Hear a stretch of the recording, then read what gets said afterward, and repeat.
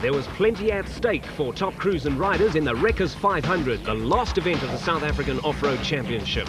All but 2 titles had been decided prior to the Wreckers event, with the special vehicles honours on 4 wheels and the 250 class on 2 wheels still up for grabs.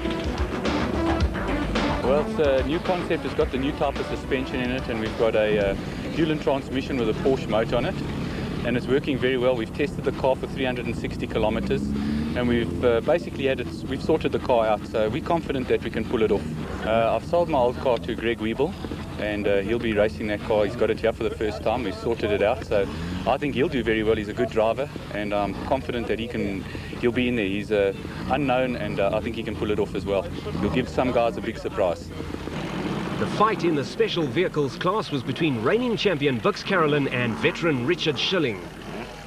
Well, I admire him because it's definitely difficult to sort a car out, and it's such an important occasion. I mean, he knows that I have to win the championship, and I think he's brave. In the 250 bike class, the fight was between Alfie Cox and the injury-hit Jeremy Davies. I'm not 100%, so I'm not actually... I don't know if I should be here or not, but I must just carry on and try. You know, I mustn't give up. Anything can happen. But maybe I'll have a good run. We'll see. Today, if my wrist doesn't hold out or my knee, then I won't ride tomorrow. Basically, today I've just got to finish the race, get 1 or 2 points, and I've won the championship. But I wish you good luck, and I hope that you don't get too many thorns into your bums and all over the place. Not for me. Right, gentlemen, now just a couple of things going After the here. obligatory driver's briefing, it was down to business in the short speed section to determine start positions on day 2. It came as no surprise when Philip Milan and Richard Leek in the rapid Toyota Hilux Turbo posted the quickest time. Milan and Leek were followed by race promoter Klaus Degener and former biker Hilton Beattie in the Duckham's Chenoth in Class 8.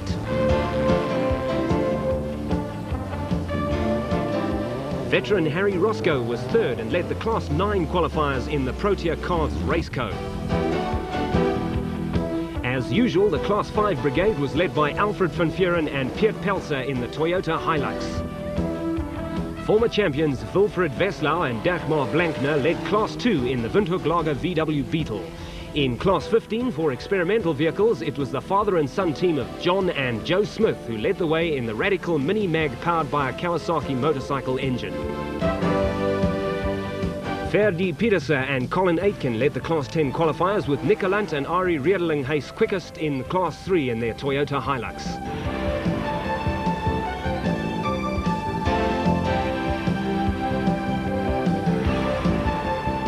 Reigning production vehicle champion Craig Hopkinson and John Angus took the honours in Class 7 in the VW Varja and were again going smoothly.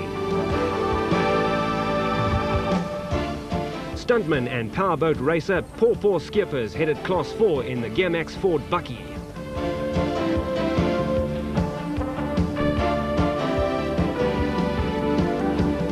Heading the qualifiers in the bike section was Jeremy Davies, fresh from his 2nd place in the Camel Corsica 1000.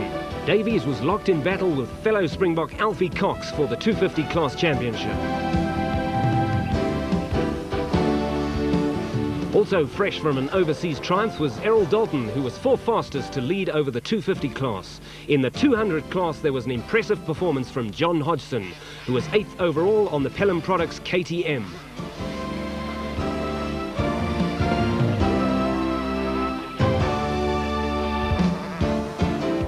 Before the start of the race proper, leading qualifier Philip Milan had his strategy mapped out. Ja, ons het gister hard gewerk en gelukkig skoon gery, en dit is die groot ding. En ons het uit die moeilikheid uitgebly, uit die rotse uitgebly, en ons is gelukkig om eerste hier te wees.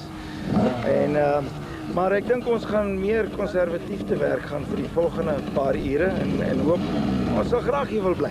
Nie net reg voor. The first part of the route is completely virgin. It's new. We haven't used it before, so I don't really know it.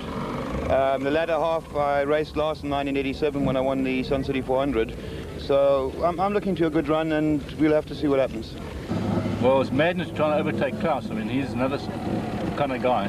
So I'm going to sit behind and play the waiting game. The race is on. He's racing me, I'm racing him. It's going to be a good day. We're going to have fun. That's it then. Thank you. There was plenty of expensive and very quick machinery at the start. Philip Milan and Richard Leek led the field away, and ahead of the crews lay 4 grueling laps of 100 kilometers each through some tough territory. Klaus Degener, hoping for an end to the bad luck that has dogged him all season, was in hot pursuit of Milan and Leek. For Degener, a win would have been a nice way to end a frustrating season.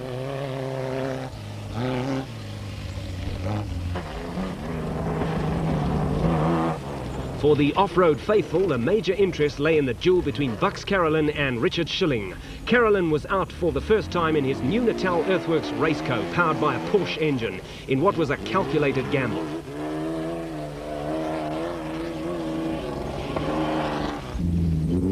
For Schilling and co-driver Fred Levesque, the ground rules were clear-cut. They had to beat Carolyn and Kenny Skolthammer to win the Special Vehicle Championship.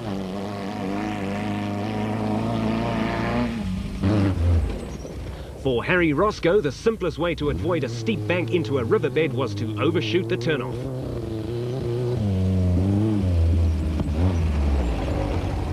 Roscoe was soon back on course, although he probably had a few words to say to himself, but the episode did not cost him much time.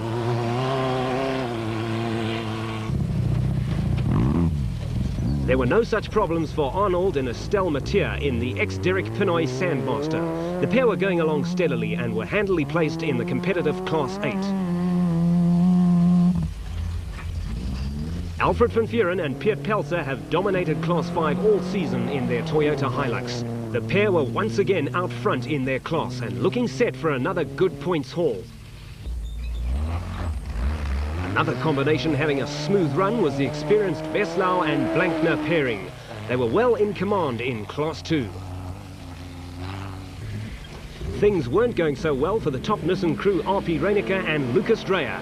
They were struggling with mechanical problems and were eventually forced to retire.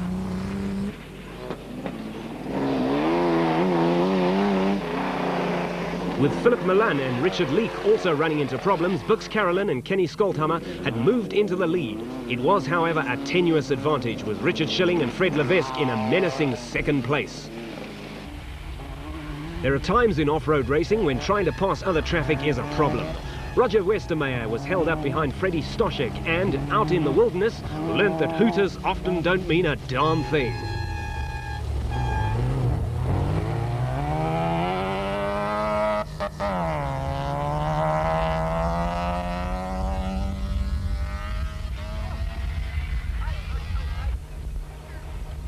In off-road racing, unfortunate navigators also have to assume some awkward poses. For Craig Hopkinson and John Angus, retirement was just around the corner. For Carolyn and Skolthammer, there were no thoughts of retirement. Now on their second lap, the pair was still in the lead and going well. Philip Milan and Richard Leek had dropped down the field after their problems and were going flat out to make up some time on the leaders. Despite their setbacks, Milan and Leek were still leading Class 6 by a handy margin.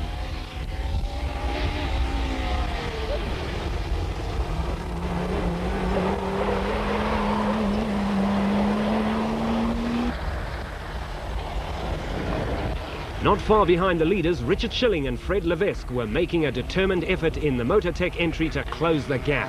The pair were pulling out all the stops, and it was clear the Special Vehicles title was in for an exciting finish.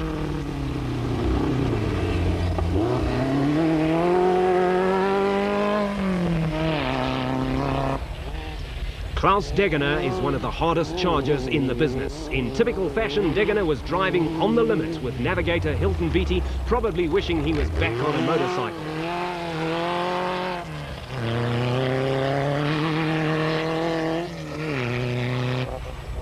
John Lambert and Roy Field were taking it a little easier in the Digidor Sandmaster. The pair were going along steadily, but were among the latter retirements in an event that saw less than half the original starters make it to the end.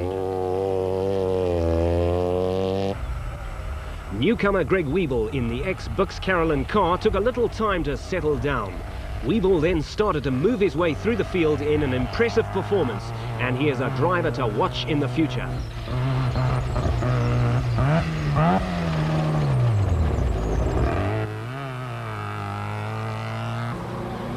Off-road racing is also not without its lighter moments, and the law, according to Murphy, also strikes in areas like Boshoek. The Parker-Van Zyl combination were tootling along without a care in the world when they were a little over-ambitious in their choice of an alternative route. Okay, let's make one out the car.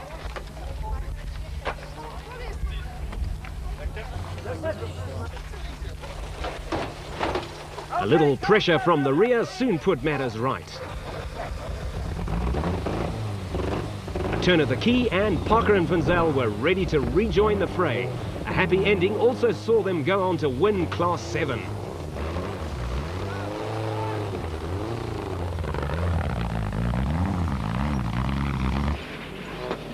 On lap 3, Vux Carolyn and Kenny Skoll